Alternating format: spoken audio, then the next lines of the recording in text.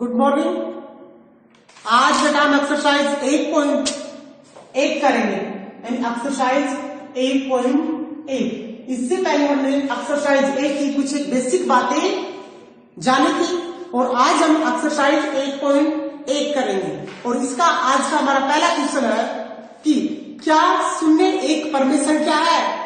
क्या इसे आप P बटे Q रूप में लिख सकते हो, जहां P और Q पूर्णांक है और Q नॉट इक्वल टू 0। तो देखो क्या 0 परमेय संख्या है? मैंने आपको बताया था बेटा, जैसे 0 के बट्टे में 1 लगा सकते हैं। इसका मतलब ये क्या हमारी एक परमेय संख्या है ना। यदि ऐसा होता तो ये परमेय संख्या नहीं होती। क्यों?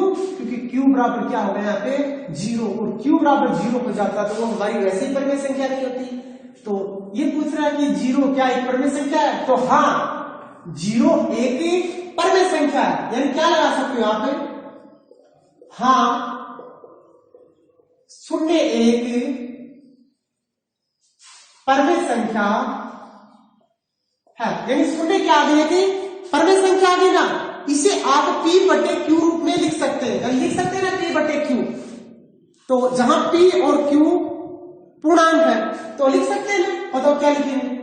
यानी लिख सकते हैं बराबर, और पूर्णांक होने चाहिए। और पूर्णांक क्या होते हैं?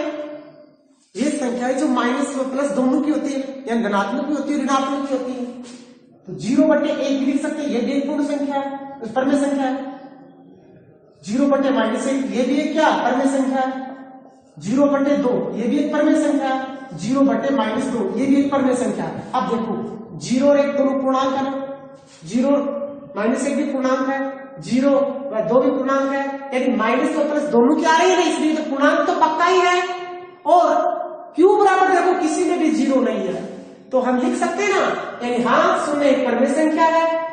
लिख सकते हैं क्या? 0 बटे 1, 0 बटे -1, 0 बटे 2, 0 बटे -2। तो P व Q पूर्णांक है और Q बराबर नॉट इक्वल टू 0, जहां 0 एक परमेय संख्या है। ठीक है ना। ये था हमारा क्वेश्चन नंबर 1, छोटा सा था, क्योंकि हमने पीछे बेसिक में सीखा था ना 0 क्या है कि परमेय संख्या। इससे अगला क्वेश्चन नंबर 2, यानी 2 क्वेश्चन नंबर है 3 और 4 के बीच 6 परमेय संख्याएं ज्ञात करनी है। 3 व 4 के बीच 6 परमेय संख्याएं ज्ञात करनी है।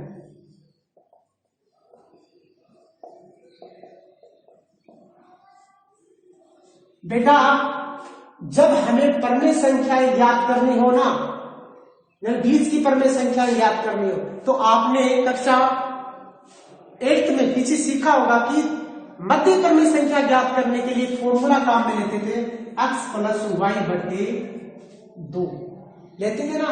जो x से तो बड़ा मान आता था और y से क्या आता था? वो छोटा आता था। ये फॉर्मूला काम में लेते थे, a प्लस b बटा 2। वही फॉर्मूला ये है x प्लस y बटे 2। एक तो हम इस प्रकार से परमेय संख्या ज्ञात कर सकते हैं बीच की। एक फॉर्मूला, एक ट्रिक दूसरी भी है, ट्रिक नंबर 2, वो मैं आपको बाद में बताऊंगा। और वो ट्रिक वही काम में आएगी जब 2 परमेय संख्याओं का हर समान हो। तो देखो बेटा यहाँ पे तो हर कितना है? 1 मान सकते हैं। यहाँ भी हर क्या है? 1। तो वो ट्रिक हमारी इसके अंदर काम में आ जाएगी। यदि यहाँ पे तो कितना होता? 3 और यहाँ पे 2, तो वो ट्रिक हमारे काम में नहीं आएगी। वह हम किससे निकाल सकते हैं? सिर्फ इसी सूत्र से निकाल सकते हैं, x प्लस y बटे 2 से। सबसे पहले हम इसी सूत्र से निकाल के देखेंगे। जैसे 1 नंबर परमेय संख्या ज्ञात करेंगे किस चीज के बीच? 3 व 4 के बीच ना। 3 व 4 के बीच बेटा मध्य संख्या ज्ञात करने के लिए फॉर्मूला काम में लेते थे, x प्लस y बटे 2। तो देखो x का मान तो 3 और प्लस 4 और बटे 2। 3 और 4 कितना हो गए? 7 और 7 बटे 2। यानी पहली परमेय संख्या आ गई 7 बटे 2। इन दोनों के बीच ना यानी एक परमेय संख्या निकाल दी। अब दूसरी क्या निकालेंगे? परमेय संख्या। अब इन दोनों के बीच निकाल लो। 3 व 7 बटे 2 के बीच। अब हम बार बार सूत्र काम में नहीं लगाएंगे, ये सूत्र बार बार नहीं लिखेंगे, तो इन दोनों का योग और बटे में 2। अब देखो ऊपर दो पर में संख्या इनके बीच योग है, और योग करने के लिए सबसे पहले बेटा लघुत्तम लेंगे, 2 एकम 2, अब 3 दूनी 6, 7 एकम 7 और बटे में 2। नीचे वाला बटा बड़ा है तो 4 2 नीचे आ जाएगा, और 2 दूनी कितना हो जाएगा 4, और 6 और 7 है 13, यानी एक पर में संख्या और निकाल दे इन दोनों के बीच, लिख दो 3, इससे आगे कौन सी निकालेगा 13 बटे 4, उससे आगे हमारे पास है 7 बटे 2 और उससे आगे है 4, यानी हमने 2 पर में संख्या निकाल दी। अब हम इन दोनों के बीच निकाल लेंगे तीसरी पर में संख्या। तीसरी पर में संख्या किसके बीच 7 बटे 2 है 4 के बीच, यानी दोनों को क्या कर लो जोड़ दो, 7 बटे 2 प्लस 4 और बटे में कितना लिख देंगे 2, यानी हमारा लघुत्तम लेंगे सबसे पहले, क्योंकि 2 पर में संख्याओं का योग करते तो लघुत्तम लेते ना, 2 एकम 2, 7 एकम 7, 4 दूनी 8 और नीचे 2, और ये नीचे आ जाएगा ना 2 दूनी तो कितना हो जाएगा 4 और 8 और 7 कितना हो जाएगा 15। अगली पर में संख्या कितनी आ गई 15 बटे 4, इन दोनों के बीच आई ना तो लिख दो 3, 13 बटे 4, 7 बटे 2, 15 बटे 4 और 4, यानी हमने कितनी पर में संख्या निकाल दी 3 पर में संख्या निकाल देना। इसी प्रकार हम चौथी पर में संख्या निकालेंगे,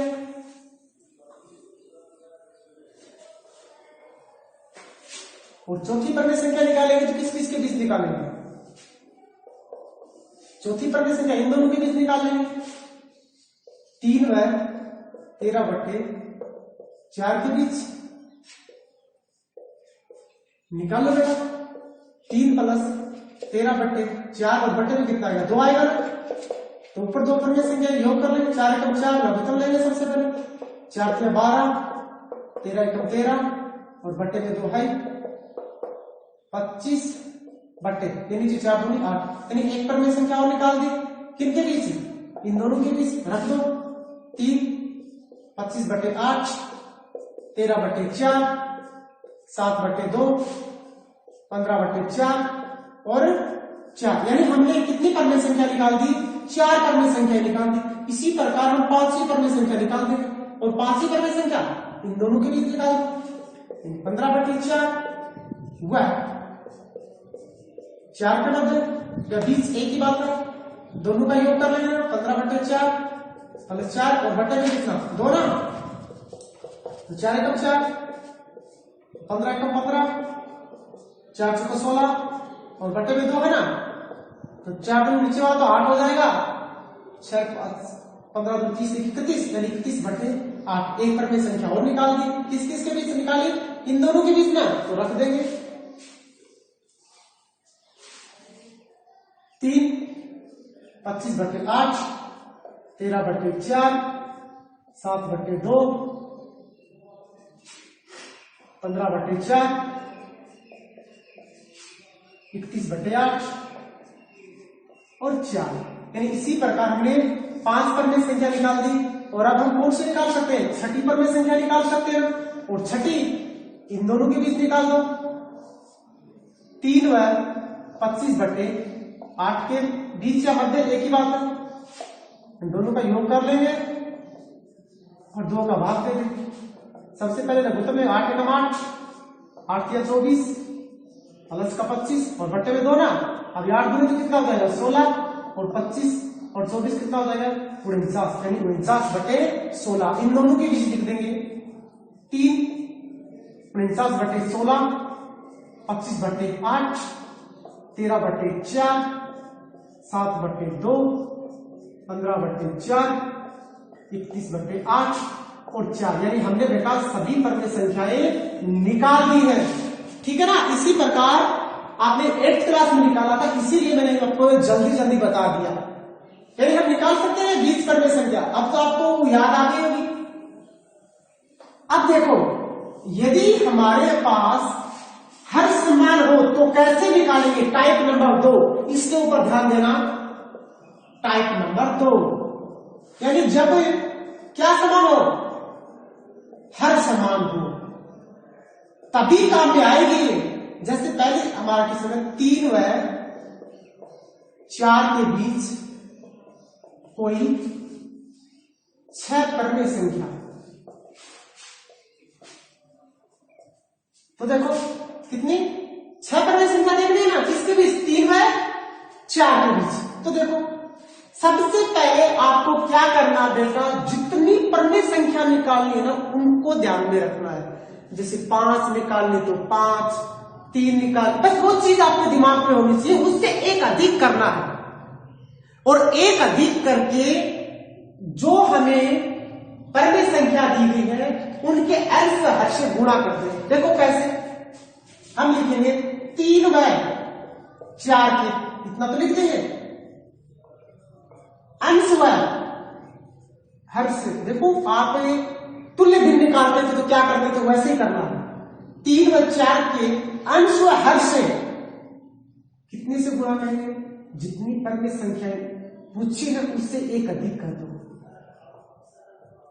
7 से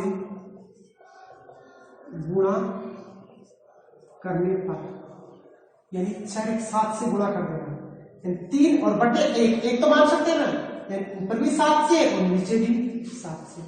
तो 7 क्या तो 21 और बटे 7 है कम 7। अब इससे करना है 4 बटे 1, यानी ऊपर भी 7 से गुणा करना है और नीचे भी। ये तो 7 से 28 और 7 एकम 7, यानी ये तो बेटा वैसे देखिए 21 में 7 का भाग देंगे तो 3 ही आएगा ना, यानी 21 बटे 7 और लास्ट 28 से हम 7 का भाग देंगे तो 4 आएगा ना, 28 बटे 7। और इनके बीच कितनी परमेय संख्या निकालनी, 6। तो देखो 21 से स्टार्ट हो गया 28 तक लिख दो बेटा, 22, 23, 24, 25, 26 और 27, सभी के बट्टे में क्या लगा दो, 7 लगा दो। देखो कितना आसान हो गया है।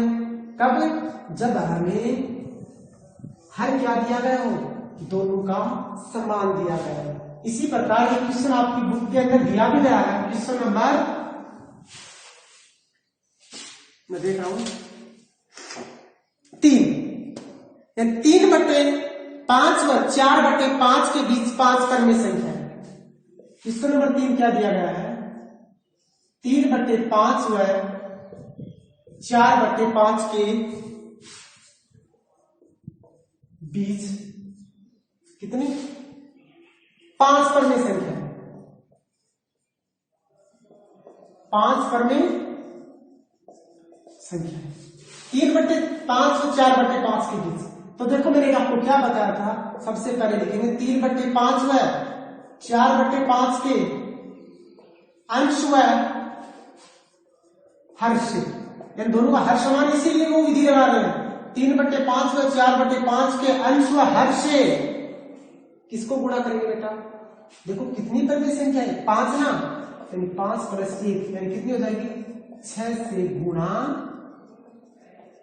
करने पर, यानी किससे गुणा करेंगे बेटा, 6 से गुणा कर देंगे, ऊपर नीचे अंश व हर से। तो सबसे पहले 3 बटे 5 को करेंगे, ऊपर भी 6 से नीचे भी 6 से, 6 3 18 और नीचे 6 30। इसी प्रकार 4 बटे 5 को कर देंगे, किससे, ऊपर भी 6 से नीचे भी 6 से, 6 चौका 24 और 6 5 30, यानी 18 बटे 30।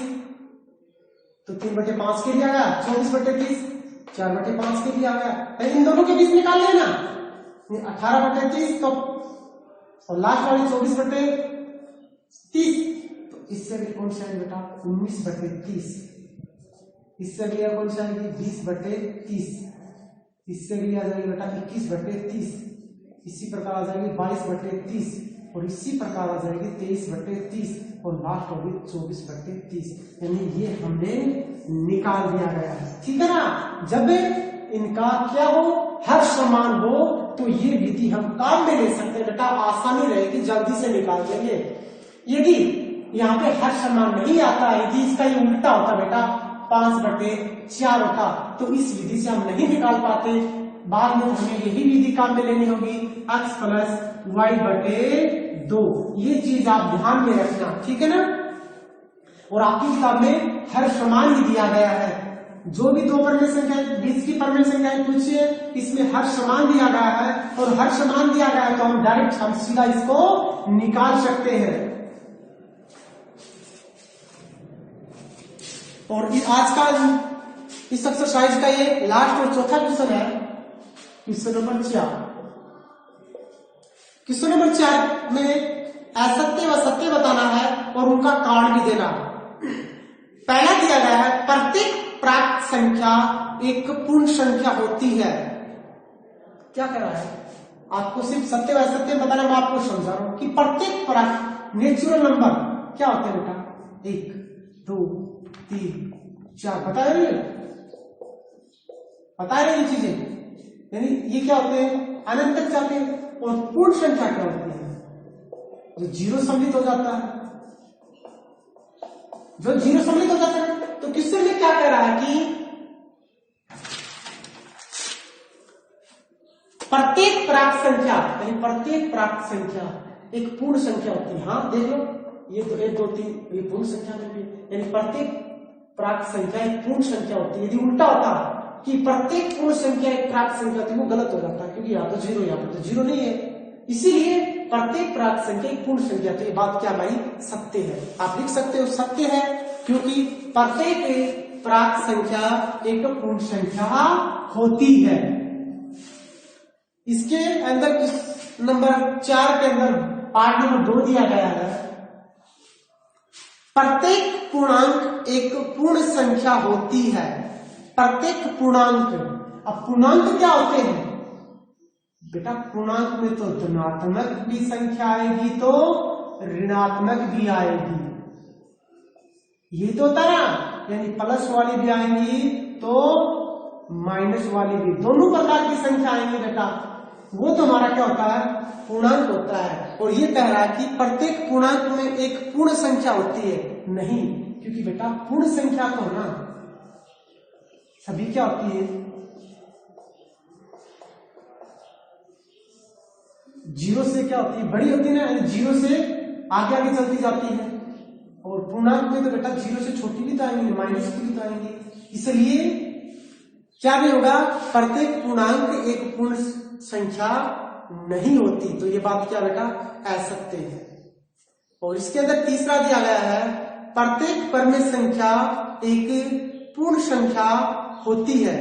प्रत्येक परमेय संख्या एक पूर्ण संख्या होती है। अब देखो, पूर्ण संख्या हमने बार बार पढ़ लिया, पूर्ण संख्या पूर्ण संख्या पूर्ण संख्या, यानी बेटा पूरी संख्या होगी, अधूरी संख्या नहीं होगी, पॉइंट के अंदर नहीं होगी कहीं पे भी, यानी पूरी ही होगी, पॉइंट के अंदर नहीं होगी। और परमेय संख्या देखो पॉइंट में भी हो सकती है, क्या कि प्रत्येक परमेय संख्या एक पूर्ण संख्या होती है, नहीं, जरूरी नहीं है कि प्रत्येक परमेय संख्या एक पूर्ण संख्या हो। क्यों, देखो फॉर एग्जाम्पल जैसे 1/2, ये परमेय संख्या तो है, क्या एक पूर्ण संख्या है, नहीं, जब इसको सोल्व करेंगे तो 0.5 यानी पॉइंट के अंदर मान आ गया। और पूर्ण में भी कभी भी पॉइंट के ऊपर मान नहीं आता है। तो प्रत्येक परमेय संख्या ना वो पूर्ण संख्या नहीं होती। तो ये बात भी हमारी क्या है, असत्य है। यानी एक्सरसाइज बेटा हमारी 1.1 कंप्लीट हो गई। कल हम एक्सरसाइज 1.2 करेंगे।